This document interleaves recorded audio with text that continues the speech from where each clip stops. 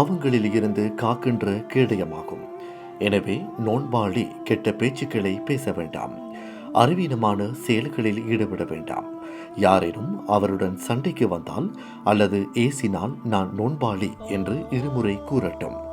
என் உயிர் எவன் கைவசம் இருக்கிறதோ அந்த இறைவன் மேல் ஆணையாக, நோன்பாளியின் வாயிலிருந்து வீசும் வாடை அல்லாஹுவிடம் கஸ்தூரியின் வாடையை விட சிறந்ததாகும்.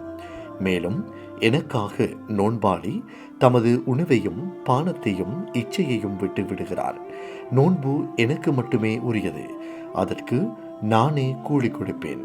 ஒரு நன்மை என்பது அது போன்ற 10 மடங்குகளாகும் என்று நபி ஸல்லல்லாஹு அலைஹி வஸல்லம் அவர்கள் கூறியதாக அபூ ஹுரைரா ரலியல்லாஹு அன்ஹு அவர்கள் அறிவித்திருக்கிறார்கள்.